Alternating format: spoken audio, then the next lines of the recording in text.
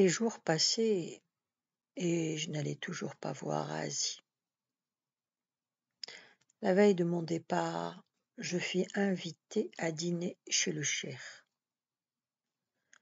Sans pitié pour la fatigue qui faisait tomber mes paupières, sans songer que j'avais besoin d'une pleine nuit de sommeil pour pouvoir le lendemain partir dispos, mon hôte m'entretint jusqu'à très avant dans la nuit. Les nombreuses tasses de café que je bus m'aidèrent à vaincre entièrement le sommeil. Et quand je pus prêter une oreille attentive au cheikh, je m'aperçus qu'il me surpassait.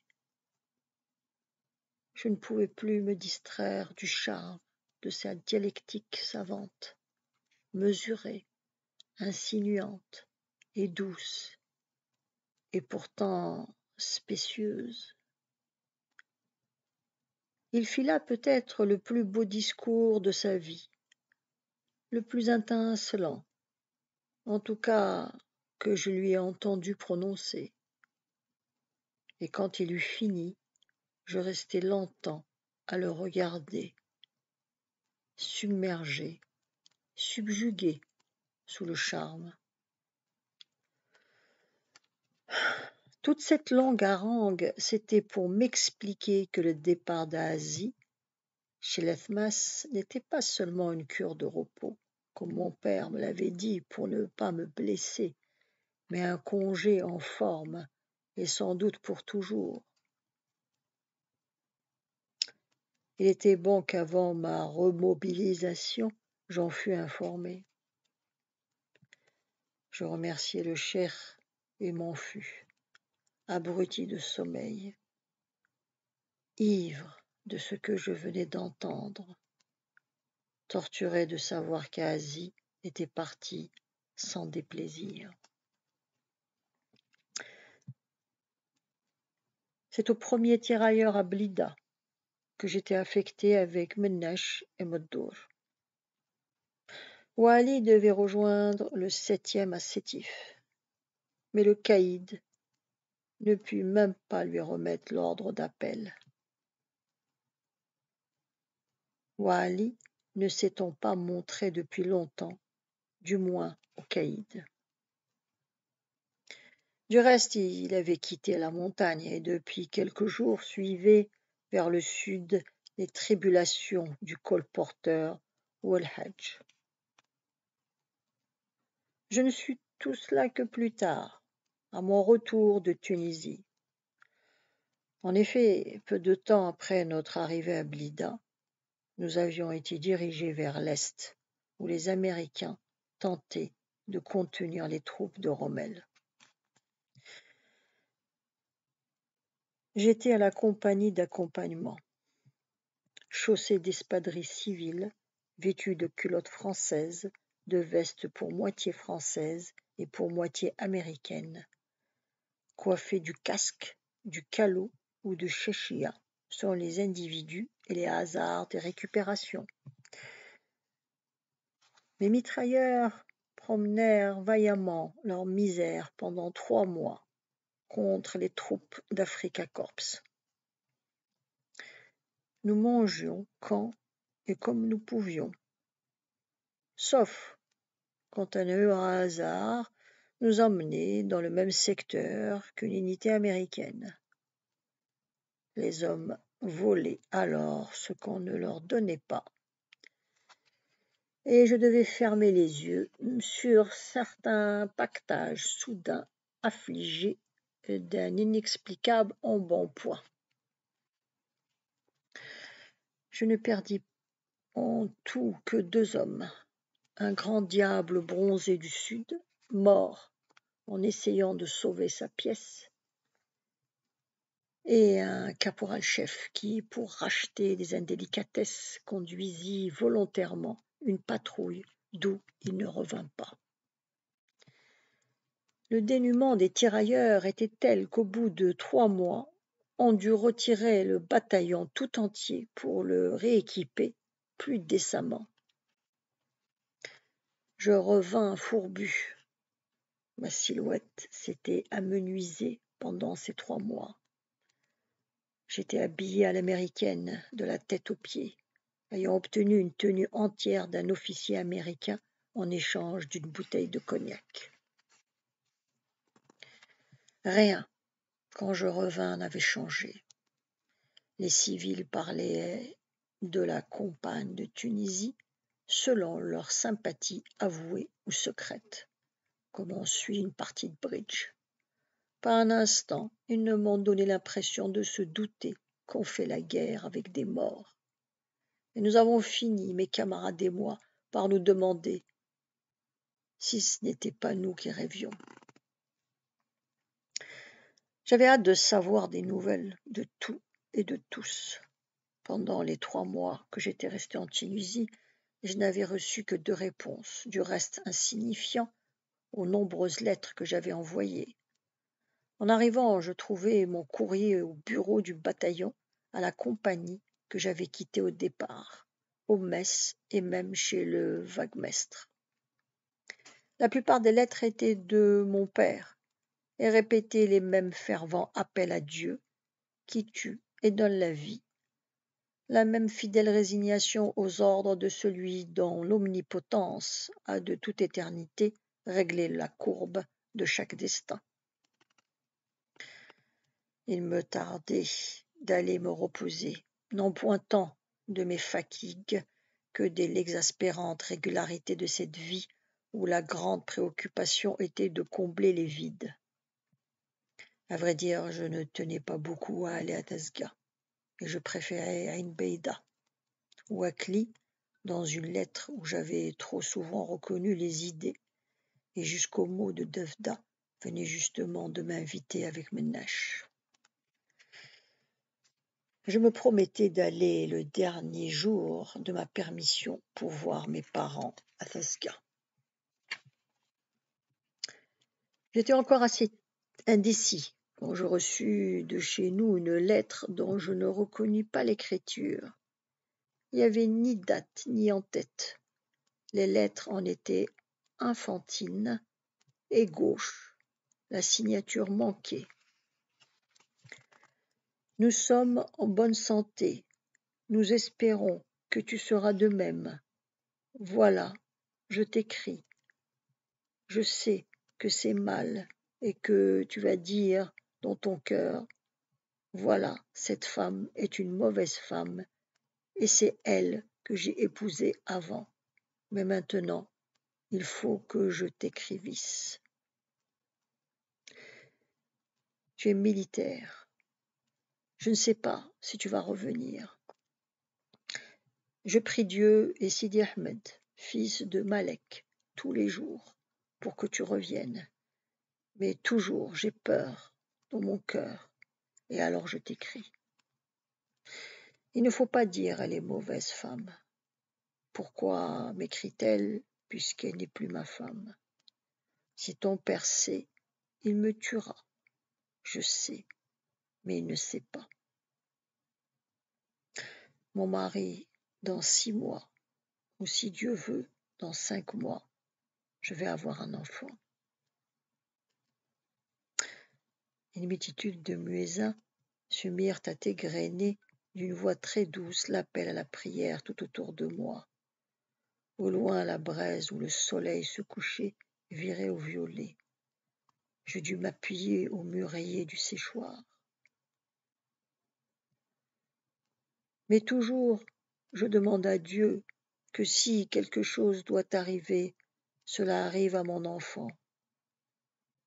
Je sais, tu me laisseras répudier toute ma vie, mais reviens seulement vivant. Je ne suis plus ta femme. Alors je n'ai rien à te dire, mais tu as l'habitude de ne pas te couvrir quand il fait froid. Ce n'est pas l'hiver, mais la nuit. Tu as peur du froid.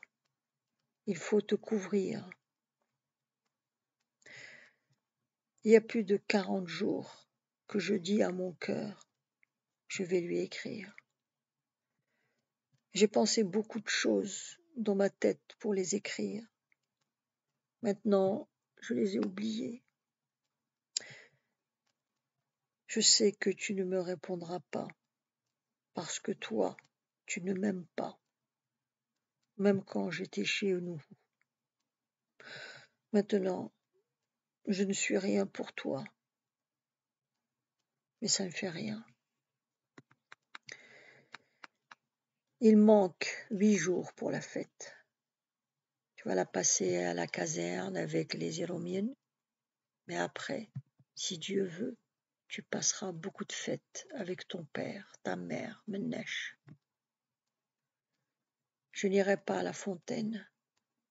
Mes camarades se moquent de moi parce que je n'ai pas de mari. Je suis allé vendredi avec Tessadit. Dadi m'a dit, devant toutes les autres, « Pourquoi tu es orgueilleuse, puisque tu n'as pas de mari ?» Je l'ai tiré par les cheveux. J'ai pleuré toute la nuit. Si tu reviens, brûle la lettre et oublie. Si tu ne reviens pas, adieu. J'aimerais beaucoup, beaucoup ton fils ou ta fille, si Dieu le garde. Je ne me marierai pas. Ma mère veut, mais moi, je ne veux pas. Parce que toi, tu n'es plus mon mari. La lettre s'arrêtait là brusquement. L'écriture d'abord droite et régulière allait se gâtant. Les dernières lignes montaient ou descendaient au hasard, quelquefois très loin l'une de l'autre, d'autres fois au contraire se chevauchant. Cette lettre fripée que j'ai si souvent relue, ment-elle encore? Se peut-il qu'à distance et quand Asie ne sait même pas si je dois revenir, elle joue encore la comédie? Pour qui désormais? Pourquoi? Est-ce là le ton d'une âme damnée? Je crains soudain d'avoir commis une faute qui, dans la situation où je suis, risque d'être irréparable, car plus je relis les mots et plus ressurgit devant moi une image d'Asie que j'ai depuis longtemps oubliée, l'image de la fiancée du soir. La fiancée du soir. C'était au temps lointain où nous étions encore ceux de Thasos. Ménèche, qui désignait les tours de danse, arriva à Asie. À toi la fiancée d'Amar, parce qu'il était encore question de fiancée d'Asie à Ouamar, un jeune homme de chez elle. Je ne suis pas la fiancée de personne, dit-elle, je suis la fiancée du soir. Et elle ouvrit grand les bras, comme pour étreindre le bleu de cette nuit, toute cette douceur diffuse. Je suis la fiancée du soir, et un jour je descendrai à la rivière, quand la lune sera depuis longtemps levée, je monterai le cours de l'eau vers la montagne, et partout où la rivière sera étalée, je m'arrêterai et j'appellerai mes compagnes, toutes les autres fiancées du soir. Je les appellerai comme cela. Et Asie, mettant ses doigts dans ses oreilles, lançait par la fenêtre un cri étrange, modulé, comme la voix de quelqu'un qui chante un air triste ou qui pleure. Elle le prolongea comme si celle qu'elle appelait était si loin, qu'elle risquait de ne pas entendre. Ménèche redit l'appel d'une voix cocasse, étranglée, rauque, coupée de tout et de râles. Mais Idir, immobile et les yeux fixés sur Asie, dit ardemment, et puis après, une à une, elles descendent des sources et des forêts. Elles sont pâles et elles marchent très lentement. Elles sont toutes vêtues de voiles blancs et elles me regardent sans parler. Elles sourient quand elles me prennent par la main, mais elles ne me parlent pas. Elles me suivent seulement le long de l'eau. Et l'eau dans la nuit est belle, claire et belle. Elle luit sous la lune et elle chuchote et je la comprends. Et mes compagnes, les autres fiancées du soir, la comprennent aussi.